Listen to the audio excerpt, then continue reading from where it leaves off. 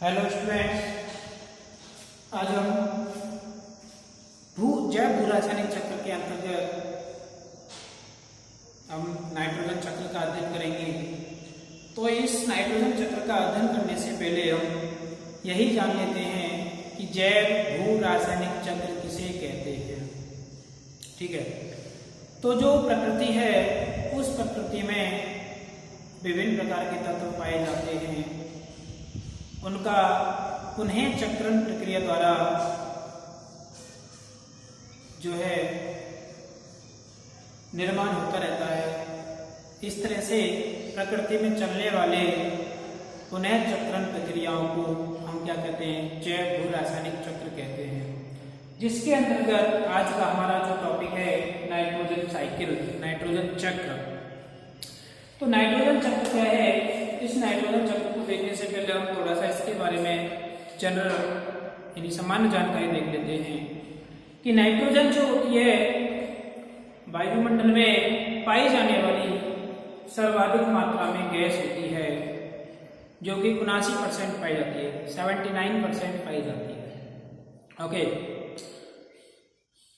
यह जो nitrogen gas होती है जीवों के लिए एक अति महत्वपूर्ण गैस कहें या अति महत्वपूर्ण तत्व कहें होती है। ठीक है, क्योंकि जो नाइट्रोजन होती है पोषक तत्व के रूप में काम में आती है। पोषक तत्व के रूप में कैसे काम आती है? तो ये जो नाइट्रोजन होती है, नाइट्रोजन अमीनो अम्लों के संश्लेषण, प्रोटीन के संश्लेषण, ठीक है, वृद्धि आदि हेतु क्या होती है, सहायक होती है, इसलिए महत्वपूर्ण गैस है। अब ये वायुमंडल में भले ही सर्वाधिक मात्रा में पाई जाती हो, 79% पाई जाती है, परंतु जीवों में इसकी मात्रा क्या होती है, बहुत कम होती है। जिसका कारण क्या है? क्योंकि जो वायुमंडलीय नाइट्रोजन जो होती है एक अक्रिय गैस होती है। कैसी होती है? अक्रिय, कोई क्रिया नहीं करती है। ठीक है, इस वजह से इसकी मात्रा जीवों में कैसी होती है, कम होती है। अर्थात नाइट्रोजन गैस डायरेक्टली पौधों द्वारा उपयोग में नहीं ली जाती। इसको पहले किस में बदला जाता है? यौगिक में बदला जाता है। नाइट्रोजन के यौगिकों में बदला जाता है और नाइट्रोजन के यौगिकों को जीवों द्वारा प्राप्त किया जाता है। ठीक है, तो यह जो नाइट्रोजन होती है कार्बन डाइऑक्साइड की तुलना में बहुत कम मात्रा में पाई जाती है, जिसका कारण क्या हो गया? अक्रियता। ठीक है, नाइट्रोजन कैसी होती है? अक्रिय गैस होती है, जबकि कार्बन डाइऑक्साइड कैसी होती है? सक्रिय गैस, जो कि जीवों में अधिक मात्रा में पाई जाती है। तो जो वायुमंडलीय नाइट्रोजन का स्थिरीकरण होता है, वह स्थिरीकरण कई प्रकार से हो सकता है। सबसे पहले देख लेते हैं अपन कि जो नाइट्रोजन का स्थिरीकरण हो सकता है वो वैल्कोनिक एक्शन के द्वारा हो सकता है, ज्वालामुखीय क्रिया द्वारा।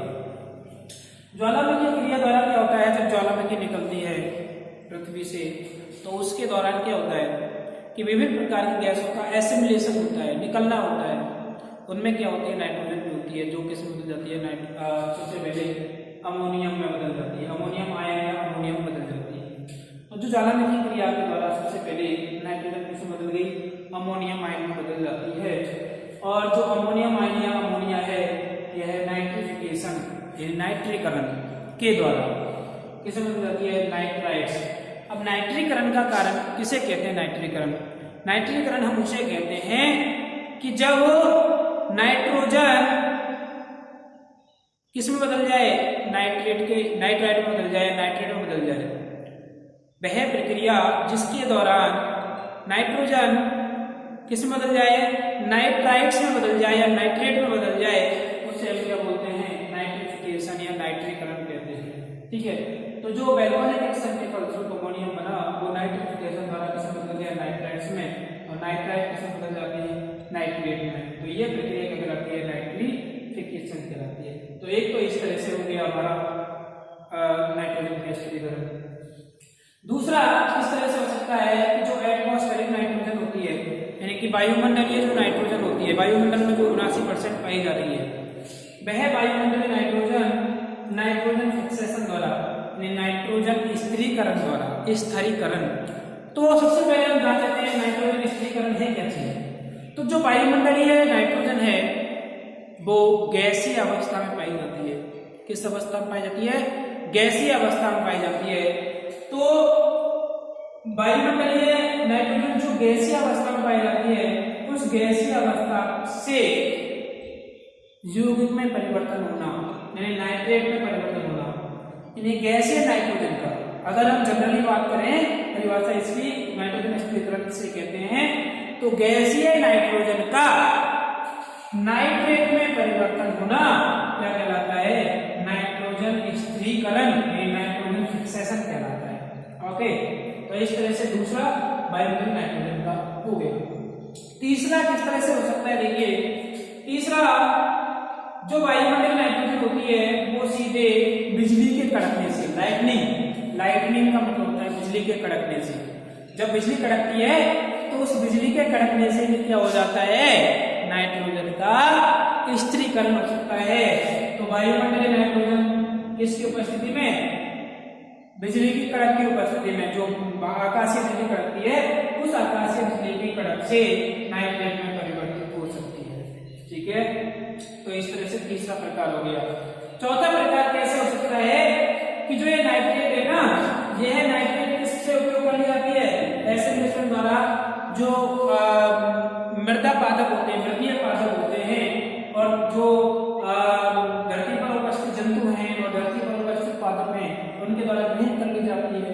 सबसे पहले पादप इसको ग्रहण करेंगे, नाइट्रेट को पादप में ग्रहण कर लिया, और पादपों को कौन खाते हैं? जंतु खाते हैं, उस पृथ्वी पर रहने वाले जंतु खाते हैं।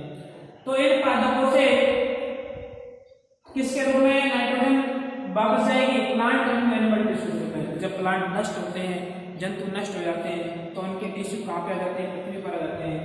और वो टिश्यू किसका संश्लेषण करते हैं? अमोनियम अम्लों का, अमीनो अम्ल और इसके साथ अन्य पदार्थों का संश्लेषण करते हैं, जो पुनः से अमोनिफिकेशन यानी अमोनीकरण द्वारा। अमोनीकरण किसे कहेंगे? कि जो नाइट्रोजन के तत्व होते हैं, यौगिक होते हैं, वो उनका अमोनिया में परिवर्तन होना, नाइट्रोजन के यौगिकों का अमोनिया में परिवर्तन होना अमोनिफिकेशन या अमोनीकरण कहलाता है। पुनः से अमोनियम आयन बन जाएगा और नेक्स्ट चक्र में प्रवेश कर जाएगी। एक इस तरह से हो सकता है। चौथा हो गया। पांचवा हो सकता है कि जो जंतु होते हैं यूरिन का सेक्रेशन करते हैं, इसका स्रावन करते हैं, यूरिन का स्रावन करते हैं, और इस यूरिन में भी किसकी मात्रा होती है?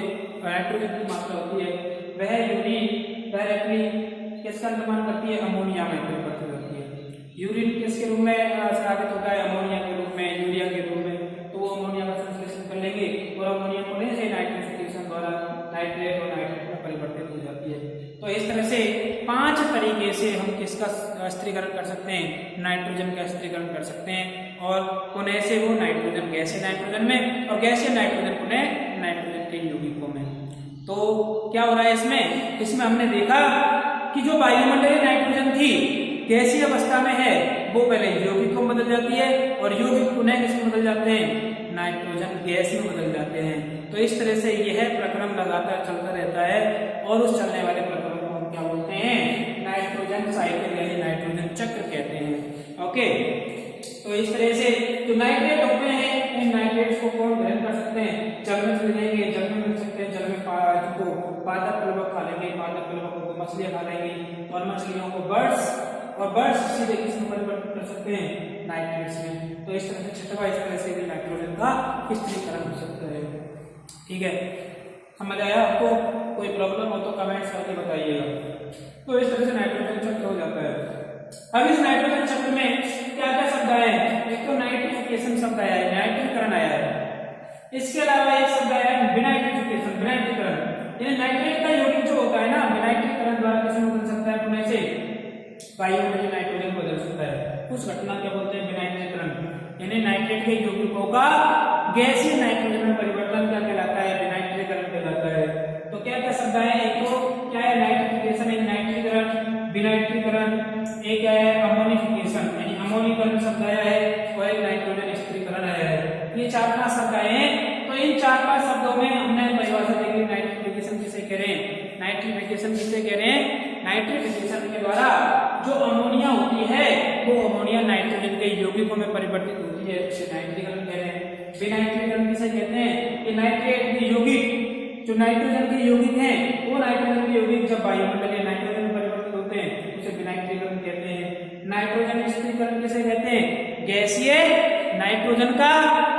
के यौगिकों में परिवर्तन नाइट्रोजन स्थिरीकरण कहलाता है। तो ये 4-5 शब्द आए हैं। इस तरह से अमोनिफिकेशन आया, अमोनीकरण, यानी अमोनियम, अमीनो अम्ल और प्रोटीन आदि का अमोनियम में परिवर्तन होना क्या कहलाता है? अमोनिया में अमोनियम आयन में परिवर्तन होना अमोनीकरण कहलाता है। तो इस तरह से 4-5 शब्द आए हैं। ये क्रियाएं कैसे होती हैं? तो इन सब जो क्रियाएं है ना, इन सब क्रियाओं में सूक्ष्म जीव भाग लेते हैं। तो आगे हम देखते हैं कि जो नाइट्रोजन चक्र है, इस नाइट्रोजन चक्र में सूक्ष्म जीवों की क्या भूमिका होती है। तो हमारा अगला जो इसी में अगली रूपरेखा है वो है सूक्ष्म जीवों की भूमिका, यानी कि नाइट्रोजन चक्र में सूक्ष्म जीवों की क्या भूमिका होती है।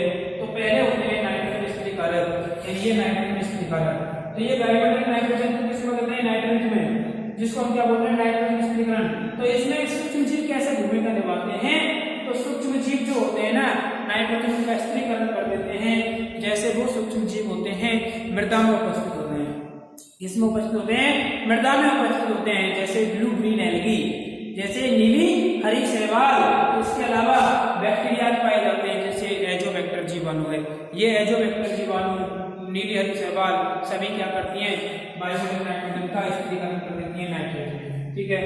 इसी तरह से दूसरा है अमोनीकरण जीवाणु। तो ये अमोनीकरण हो रहा है ना, अमोनिफिकेशन हो रहा है और अमोनियम आयन बन रहा है अमीनो एसिड से। ठीक है। तो ये अमोनीकरण जीवाणु कौन-कौन से होते हैं? देखिए, जैसे बैसिलस सब्टिलस है। यह बैसिलस सब्टिलस जीवाणु क्या करता है? इन यौगिकों को किस में बदल देता है? अमोनियम में बदल देता है। तो इस तरह सूक्ष्म जीव आवश्यक है।